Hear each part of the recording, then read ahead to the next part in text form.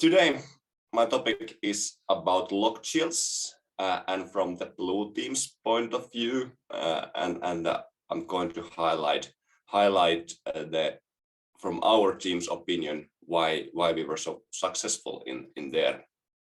In a second, the slides will change. Just a kind of reminder that the presentation is based on basically purely on public information or unclassified materials. Since this exercise might have been in interest of certain intelligence organizations, some of the details need to be remained confidential, and many people who are participating in this event want to remain their anonymity, so maintain some kind of operational security. Still, I believe that the story is quite important, so I want to share as much as we can. Starting from myself, so you know who you are watching. So in my day job, I'm working at a company called Nixu, doing cybersecurity things there for quite many years, mainly on defensive side, but I'm quite an all-arounder there. Currently being leader of our innovation labs business area. During my evening time hobbies, I'm doing blue team training things and blue team trainer at MPK. I'm going to explain that a little bit more in the future, and I'm also doing my PhD studies in Jyväskylä University. Really slow pace, but still. Today's presentation, we have three different questions that I'm trying to answer. First of all, we are talking about what actually is lock shields. Then we are going to talk about MPK and how it relates to this lock shields, and then we are going to the last point there is that we are going to talk about why Finland was so successful. So what did we did right and what we can learn as a nation, as organizations whose representatives you are and listening to this. So what we can actually learn from this. But hey, let's start with lock shields, and I have a video soon-ish about there as my slides are changing. So the lock shields is actually organized by CCDCOA, and when I visited the conference, and it was hosted in hotel, and I went to the lobby and asked that, hey, where is the CCDCOA event? And they scratched their heads for a while and said that this sounds like NATO. So one of those places. So this is a NATO-linked organization where there's a supporting nations, many NATO countries, and some contributing participants like Finland, Sweden, and others. Those are the countries that are kind of participating these events, but also at the same time doing some research together with other countries and so on. CCDCOA is known of the two different exercises. One is called cross swords and one is called lock shields. Do not try to check from the Urban Dictionary what those means. But let's check a short video about the lock shields, and then I'm going to explain a little bit. Hope you can hear this dramatic dubstep as well.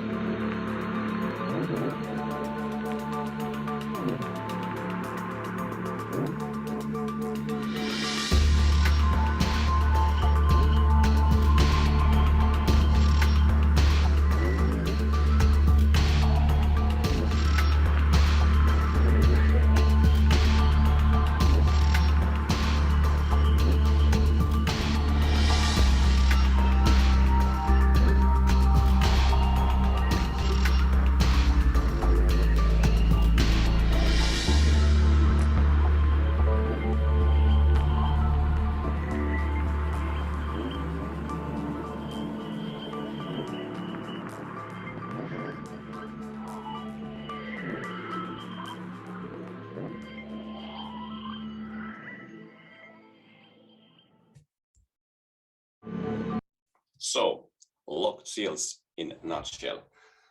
It is said to be a most complex, mainly technical or cyber-related live-fire cyber defense exercise. So it's a defense exercise, and it is it has been organized for multiple years with different names, and it is mainly a defensive, and it is the whole point there is that we are going to learn new things, especially how the IT systems and critical infra should be protected, not only in technical means, but also having understanding what else is happening in these massive scale cyber attacks. There is about 5,500 systems, and 24 blue teams are defending those. So one can really quickly calculate it is a little bit over 200 systems per blue team. And it says that there's over 8,000 attacks, so and happening in only a few days. So it's quite a fast-paced exercise. And as mentioned, it's not only about this hardcore cyber technical things. Yes, the world and the scenario is kind of spinning around the cyber events, but there is separate things and kind of dedicated game or exercise for forensics, for the legal response. For example, how should an organization react if, or sorry, a country, a nation react when someone does something, and what is the kind of the proper response there, Tallinn manual type of things. Then there's a media operations and quite massive information operation challenges there as well. Participants from basically almost all of the countries whose flags you just saw there, and it says that it's about 50 experts per team. I don't know what is the exact number. I just happen to know that this figure was published way before NATO actually asked that how many people were in our teams. And I would guess that the true number is quite much larger. But yeah, it's a massive scale, over 2,000 participants there. And in general, the cyber exercise is typically this type of roles, especially this exercise is about blue teams, the defenders, how we react, how are we collaborating, and so on. There's a red team. In this particular exercise, it's especially doing this kind of simulated and orchestrated attack. So we are not particularly kind of training our red team members there. Of course, it's always possibility to learn and so on. There's a green team who maintains the environment, though that and builds the environment. There's a yellow team to who we are providing these reports and so on. And one quite important role that people tend to forget is that there's actually a user simulation team. So real people trying to pretend to be the operators of whatever power plant or air defense system or so. And then there's our organizers, the white team people, our judges who are then deciding how to go forward if there's some problem. So this type of roles, quite typical approach, but I want to highlight that this is blue team exercise. There's true real users involved there. So about blue teams, for us, it is possibility to kind of practice. How do we protect? How do we work under intense pressure? Huge amount of people, completely new systems that we don't know earlier. We might have never seen these systems, and they are highly linked to each other. There's sophisticated cyber attacks that we might know a little bit better even, and there's thousands of people. So we need to be able to coordinate the crisis situation. We need to be talking with the tactical and strategic decisioners. We need to be able to communicate to multiple different sizes. So there's many things happening there. And in the scenario wise, we are playing the role of a rapid reaction team. And before this military things, I didn't know what rapid reaction team is, but it's basically a group of people who it's not a security operation center. It's not a kind of the typical red team or security unit, but it's a team who comes to a place. For example, we took over a complete sector from a country. All the systems there, we took them over and secured them and make sure that those are kind of operational even during the cyber attack. Then we should have handed over the environment to someone who continues to maintain it. Of course, we are maintaining it at the same time, but it's an exercise that it's kind of takeover exercise in a way. Based on the organizer, the blue teams typically face problems like, for example, how to protect an air defense systems. How many of you have seen an air defense computer that controls air defense systems before? I expect that not too many.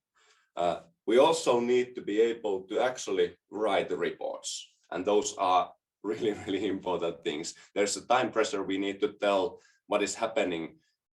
Meanwhile, we don't know what is actually happening there. So we could try to kind of tell everything that we need and put it in a context on context where the nation is in crisis.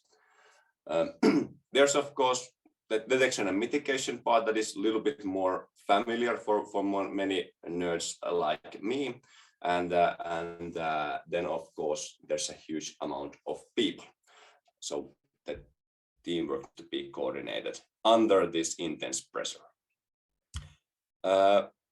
If we then dive into the scenario, based on the public information, like everything has been so far, there is a fictional island somewhere in the Atlantic Ocean that is called Berulia, and based on the pictures, it's the upper one there. There is something between that is surrounded by some kind of circle. I expect that those are some islands or something, and then we have Crimsonia down below, and these two countries are having some type of conflict, and we are there to protect the Berulia. Technical wise, the components that we as a blue team get is something like following. There is a real SCADA systems that are controlling the electric power grid, so the thing that delivers the electricity to your home. And then there's also some power plants, power generation capabilities.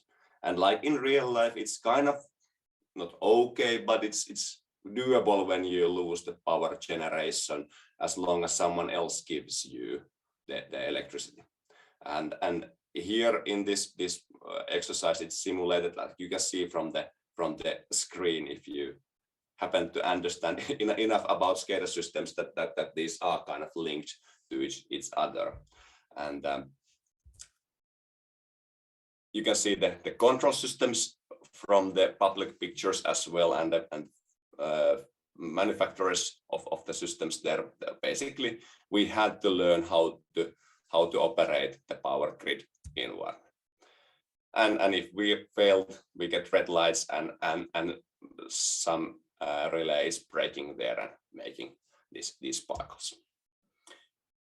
Then there's a air defense system that is, well, typically there's some kind of radar, some kind of missile systems, and some kind of communications between those. Not too common IT systems that people would know.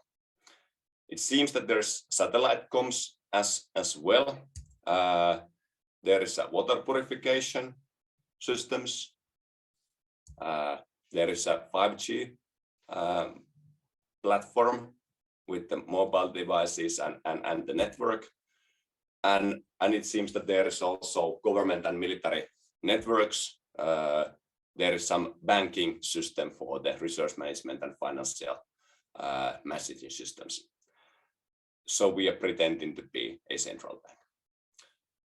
Quite extensive amount of different type of systems that we are protecting there.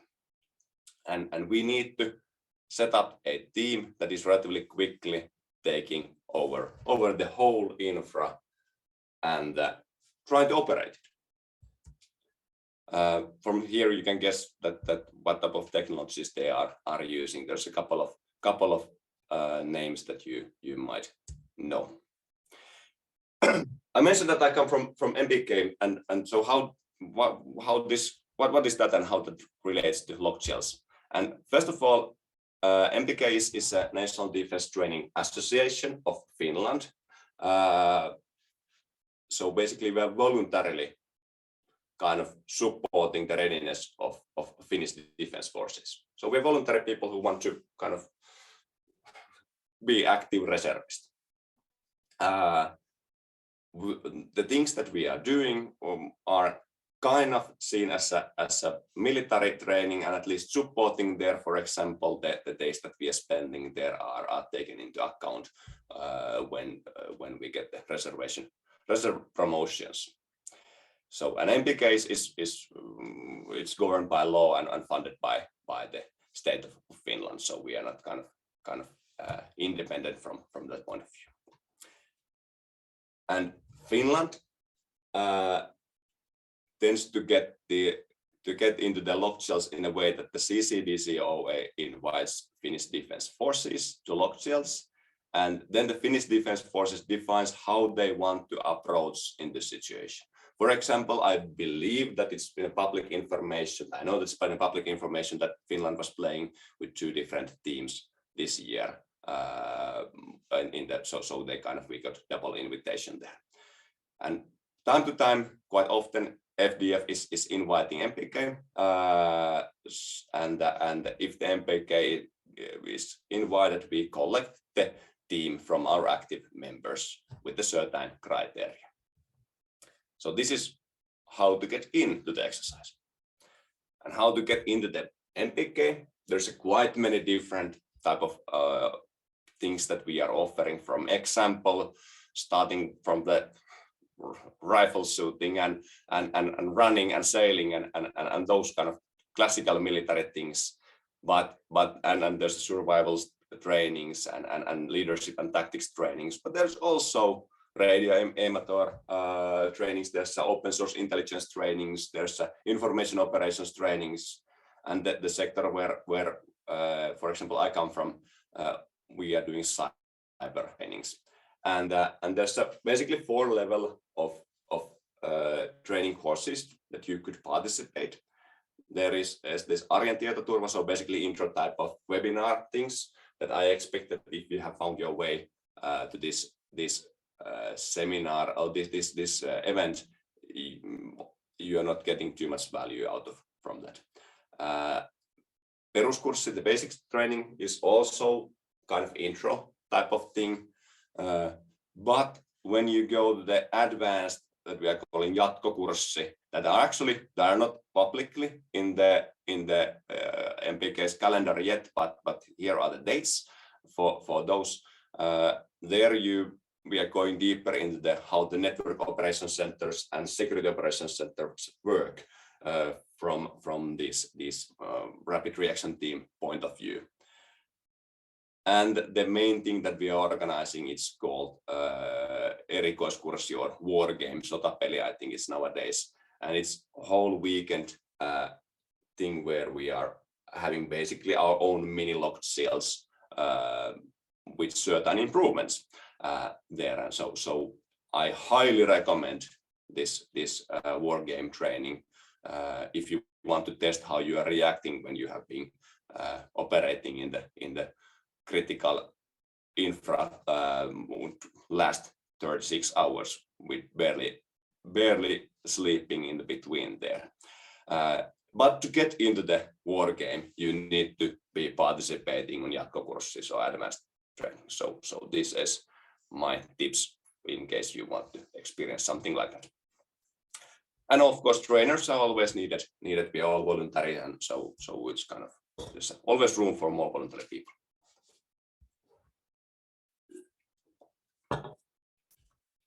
So, in this game, why was Finland so successful? Here is Karri Kangur, the head of the exercise, in the background. And he said that we excelled in multiple different things. We were quite good defending our networks, our web applications, and we excelled on situation reporting. So instead of being really strong on certain small niche sector, we're trying to be as good as possible in all of the areas, and kind of trying to always also to share the knowledge and the situation picture there. Small detail that is not shared publicly, if I have understood right, is that we actually didn't won any of these multiple categories. For example, the web attacks or situation reporting or so availability, whatever there was measured. We were winner in none of those categories. But since we were in quite many places, we were in the top 3. So the overall score that actually mattered, if we want to see this as a kind of scoring game instead of pure exercise. In there, we were successful and managed to win the whole game. So with kind of all-arounder overall approach.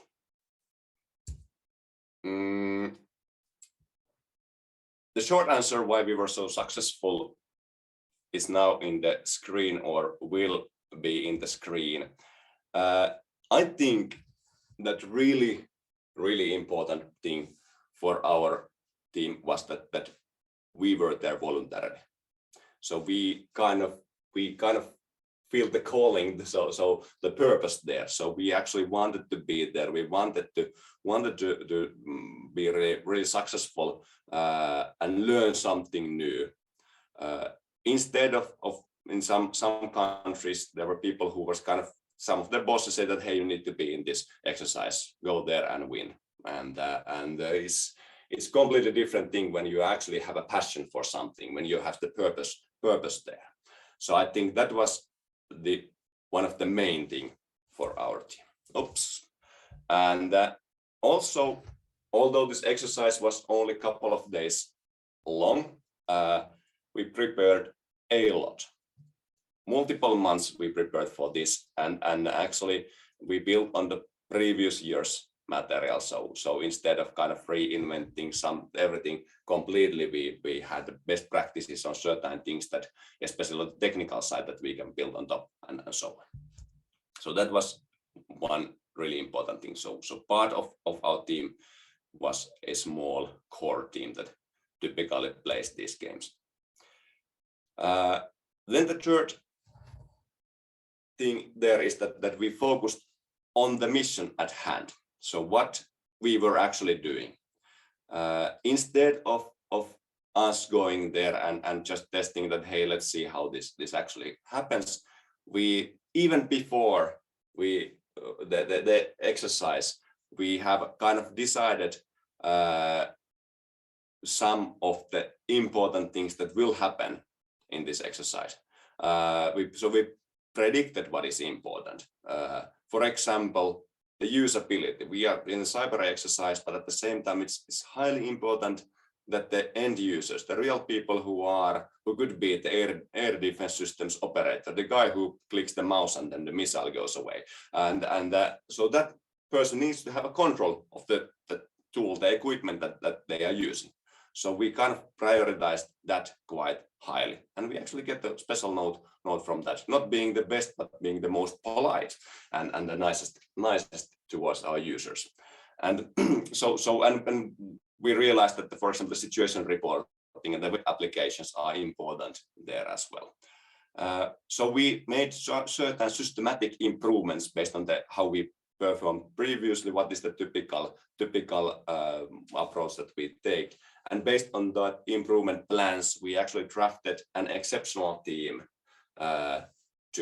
to kind of complement these strategies that we had earlier. So instead of kind of using the same mold or the same structure that we earlier have had, we actually chose that hey, this time we need more people doing this thing or that thing or so. So we actually kind of selected and intentionally built a good team for this particular mission. And also we understand that what was expected from us. So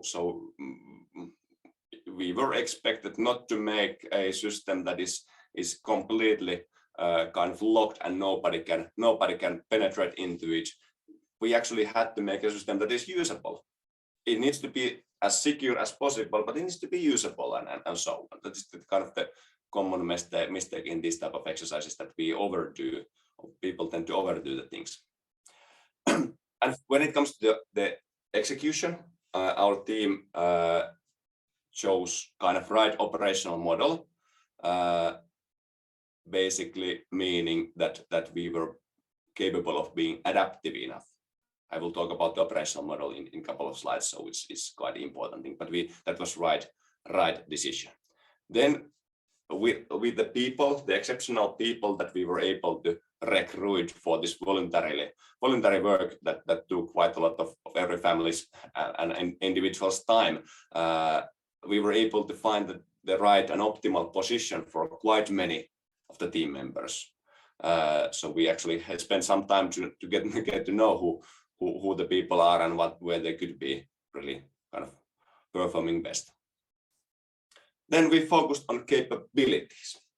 Instead of saying that this system was down and this computer host has had a problem, we were thinking that, hey, is our air defense system capable of operating?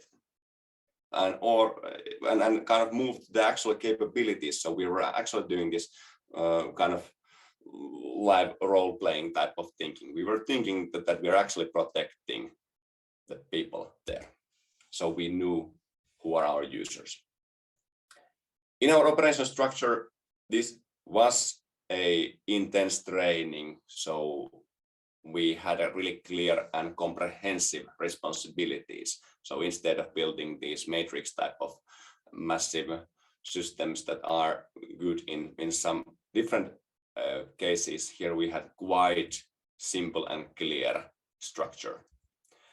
And with that simple structure, we spent a lot of time, surprisingly a lot of time, to actually create and share the common understanding, the overall situation picture, that what is happening in our environment. And then that situation picture enabled our operators, but also the leaders to adaptively plan our operations and also to execute those. So if there's something changing that we were not able to predict, we were kind of able to adjust and change our model of operation. I expect that I still have 20 more minutes. Please let me know if I don't. So our blue team strategy and goal, we wanted this to be kind of at least have capability to operate this completely remote. The same reason why I'm not there with you physically currently. There can be some things changing. So if we are kind of starting from the digital first type of the remote first type of approach, it's so much easier to kind of adapt on the situation. And this is kind of normal for the enterprises and especially the smaller organizations, modern digital organizations, but it's not that common when it comes to military exercises and in general the military operations. And even if we were physically some people sitting right next to each other, for example, I used a 4G modem there to connect our infra, so technically I could be anywhere else as well, since I was speaking over the voice comms system to person right next to me and utilizing the mobile network. Then you have to remember that we, the persons who got the invitation, the organization who got the invitation there, we are a training association. So our main task always is to train new talent. And when we talk about the new talent, it's typically that many people are already specialists in the field, but not exactly in this type of exercises and this massive scale. I think so. This is not the kind of your first cyber training. You need to be doing something else. Saying that, we had people who didn't have that strong cyber background yet, and they were, again mentioned, we were trying to find a suitable place for everyone and where they could contribute the most. We were able to include the all type of talent into the team. And like I just mentioned in the previous slide, instead of testing something some model that, for example, the Finnish military is using, or my employer is using, or so, we actually optimized our performance to the mission. We had a mission to secure Berulia's infra for a few days, and so we think that what would be the optimal structure and kind of performance methodologies to be able to handle that. And about how did we approach this? We had a preparation teams, we call them task forces. There we had kind of skills and interest-based teaming. There was people who know a bunch of things about the Linux's networks, and they were there practicing and making sure that whenever we encounter a Linux or network device in the exercise, we know what we can do to that. The same thing happened to web applications, Windows systems, situational awareness and situation picture things. Those are not technical things. Those are how we distribute and how we share the information. And also all these type of special systems that are playing a crucial role in this exercise and also in our real life critical infra. So here the goal was to develop joint tools and methods. So whenever the next, and of course distribute the knowledge. So whenever we move to the time when the actual execution, so the exercise happened, where we utilized completely different approach, then everyone was kind of prepared and knowing the tooling that we had. And by the way, these are the things that we tend to test things in this exercise, and then other teams, at least some of them, have been kind of reusing the same models that we have been doing. So it seems that it's getting more popular also within the Lockchills community. During the execution, we had these really independent squads. I will go into those a little bit more detail, but the magic there is that each squad was responsible of their own area of responsibility, or like I like to call it, the defended sector, or so a certain part of the whole infra was completely under their kind of responsibility area. And that meant that there were kind of the specialists, the Linux and Windows and other specialists were distributed to the multiple teams. Here is the structure that we were playing. One of the most classified slide that we have. We split the organization in a way that under the cyber commander, called NATO terms, we had two different divisions. We had the advisors, where we were having people who were not all the time actively playing by the cyber exercise clock. So for example, legal had a certain time points that now you need to be sending this response to this inject, or forensic had the certain technologies where they reported their flags and so on. So they kind of had their own mini or sub games. They were part of the same scenario, but they had their own thing going on there. And on the right hand side, we have the Tactical Operations Center that was living and breathing the cyber game, the main game there. And there we had the 3 independent cyber squads, squads that had their own defended sector. Also, we had a situation awareness team for the kind of supporting the teams to get the situation picture, and also the Tactical Operations Center getting the things right. The tactics during this cyber game. Now, as mentioned here in this slide, that we had a legal game and forensic game, and also the situation reporting games, and kind of there's multiple different things going on, but especially for the cyber game, that this has limited amount of time. Most of our focus, especially during the kind of pre-exercise time, was that we would be actually capable of taking over the environment as quickly as possible. So we would actually be kind of controlling the environment. And then the second point there is that we would try to find a kind of the lowest possible point where we can build trust in top of. So if it would be an operating system, then it's an operating system. If it's a container inside an operating system, then it's that. But anyway, some place that we can trust, we can secure it enough, and we can trust on that, and then we can kind of start to isolate things and build things on this kind of relatively stable platform. And then the rest of the exercise was, in a way, just threat hunting and hardening until the end. So what does it technically actually mean? For example, what we did in the against cyber game, it was really important that we, for example, if we had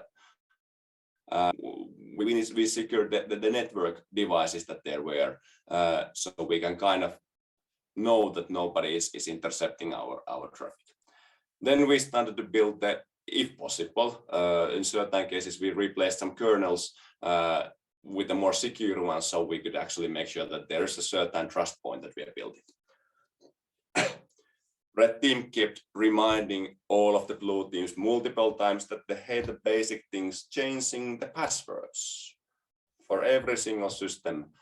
It's highly important. And I can say that there was not 2 or 3 passwords, but there was a lot of them. And so in a way, if we change this, there's a kind of huge chance that we forget to change something. And for example, changing password to a physical SCADA device is not the kind of the thing that you typically start by automating. But then when we have created some trust point, we kind of closed the really easy point, doors there, the passwords and changing the tokens and kind of tickets and so on. We started adding the detection and response capability in forms of EDR, SIEM systems, web application firewalls, IDS systems, network flows, whatever brings us visibility, what is happening in our environment. And after that, we continued the hardening thing, so changing vulnerability configurations, removing backdoors whenever we found them, and patching if possible. In real life, I think the patching is highly important in this time compressed environments. The patching might not be possible all the time, like in the cyber physical systems in general, it might not be the easiest thing to do. So you might need to do some virtual patching, so to say. So that is what we technically do. We had some operating principles on top of our strategy and tactics. And first of all, the main thing from my point of view was the kind of direct responsibilities. So we didn't have shared responsibilities, these matrix things, but a independent team owned everything and was completely responsible of defending a sector. Let's say that they were defending an air defense systems. And in that area, they were responsible of all of the systems, all of the users. They need to share the situation picture, make sure that the system is available. Like always, the users get this premium support that we were thanked for, and we maintain the system like normal system administrator type of things. We hardened, we detected the threats there, we hunt those threats, and we also mitigated. And with that approach, we were able to actually grow some talent within the structure. Then the second important part here is that the improved situation awareness. So we wanted to be in top of the game. So we wanted to be able to control the situation. We knew what are the capabilities, what is important here. We knew what are our assets and what is the mission here. So we planned what we are going to do, and we also tried to predict what advisory is doing. So this type of cyber threat intelligence things. And we act accordingly based on the knowledge that we had. Of course, in a cyber game, it's a little bit more easy because you can guess that in the end of the exercise, someone is going to destroy everything, and that's their mission, because there's no point of saving something for the next exercise game day that there's not going to happen. So it's a little bit easier to predict, but we put a lot of focus on that. So, and all the time we were kind of knowing what is going to be the next move, not knowing, but actually having kind of really strong hunch. And quite important thing there is that we actually had in the tactical operations centers, we had these multiple operations leaders. And the idea is that one was doing the kind of being the operations manager at the time. In Finnish, it would be some kind of vuoropäällikkö type of tilannejohtaja type of thing. So it would be the one who is actually currently driving this engine, and the other one would be kind of supporting there and planning what would be the next move, and then switching the roles and so on. In slower phased thing, we could have had this kind of as a separate kind of divisions or teams also. And one part of the transparent situation awareness is that all the communications was extremely transparent. So there was no need to kind of too much of communicating, reporting to someone who's reporting to someone who's reporting to someone else. And there's a couple of elements there. For example, our communication systems. I have a separate slide of that. And then we have a relatively briefly and often these really brief meetings where we distribute the knowledge. Basically 5 minutes every hour we had this time of really quick situation briefing. And the third element here, I expect that I have about 5 minutes time, so please let me know if I'm exceeding my time. The focus was making sure that we are actually making the services usable, available, and when we have people and in multiple teams and the situations are changing, we are kind of flexibly using our reserves.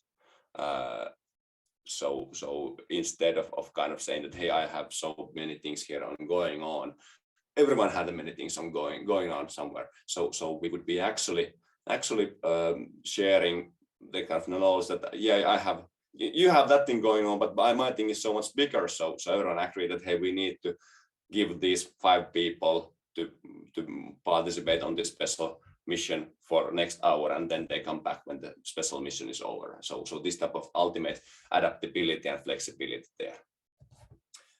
And of course, when we have joint tools, it's so easy to be this adaptive, because everyone knows that it's kind of the same tooling and set, and we try to document with the right level of things. And of course, we, like in every cyber defense, we build a defense in depth. So basically, there were some barriers to slow down the enemy, and so we could be able to concentrate our forces, and then we could actually move the resources for a certain time, because we know that the enemy is tackling some of the barriers that we have put.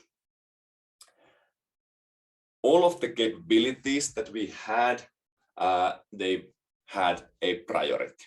Here, this is an example table that I have cut down some of the details that, for example, for us, the highest priority was the power distribution.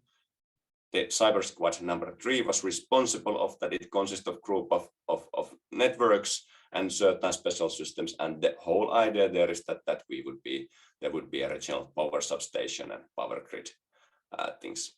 And out all of these capabilities, we had the priority. And if we would be in the situation that we didn't have enough kind of people to fight against the evilness there, we would be kind of lowering down our barriers or remove the effect that so the time consumed for the lower priority things. We could be also being kind of using this complete total lockdown type of scripts there, or approach that we kind of render the system unmanageable. It would be still available for users, but the administration would not work. These are the tricks that you cannot do in a real life scenario, and luckily we didn't have to do that either in here. But technically, we could kind of, for example, cut down all of the administration connections and things like that in the extreme cases.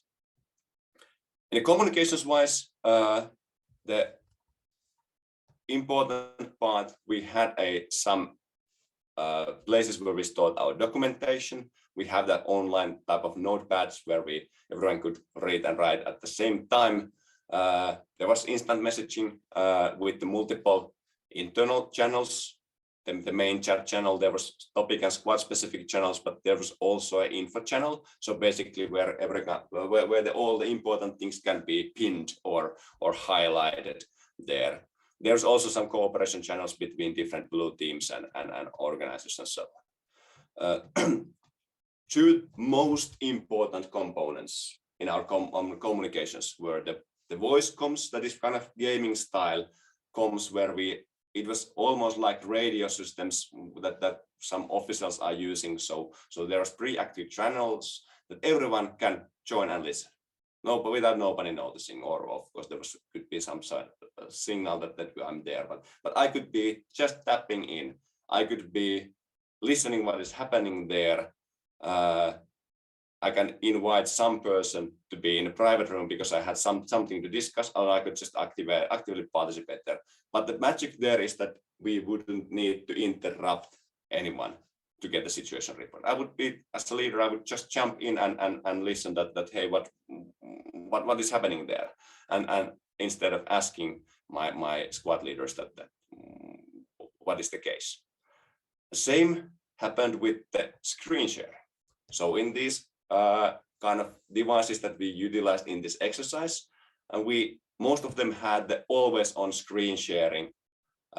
So if I wanted to know what the specialist A is doing, I just jumped to see what is happening in that person's computer.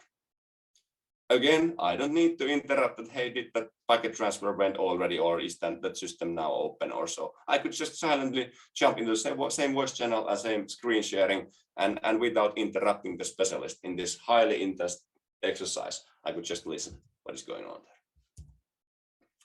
So my last slide, hopefully, what we can learn from this in the business world. First of all, linking things to the purpose. So why are we doing this? Why this is important? People, when they have purpose, they tend to actually do better and focus more on things when they actually are doing this for. They would be doing this anyway. So instead of just paying a lot of salary or kind of forcing people to do something, if you really love, you have the calling for work, the thing that you're doing, most likely you're getting more out of the people around you. Then the second part is that you need to prepare and exercise a lot. The more time you invest in the thing that you are doing, the more clear you can make it, the more you can practice that, the better you get at that.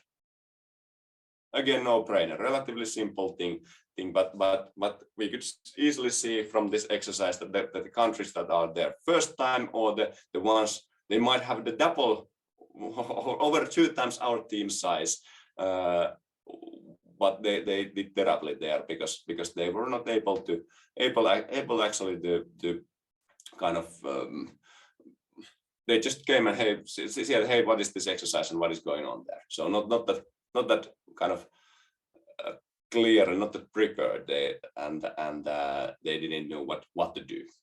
We have spent a lot of time to get our minds into the game. We have to spend a lot of time to prepare the tooling and joint tooling there.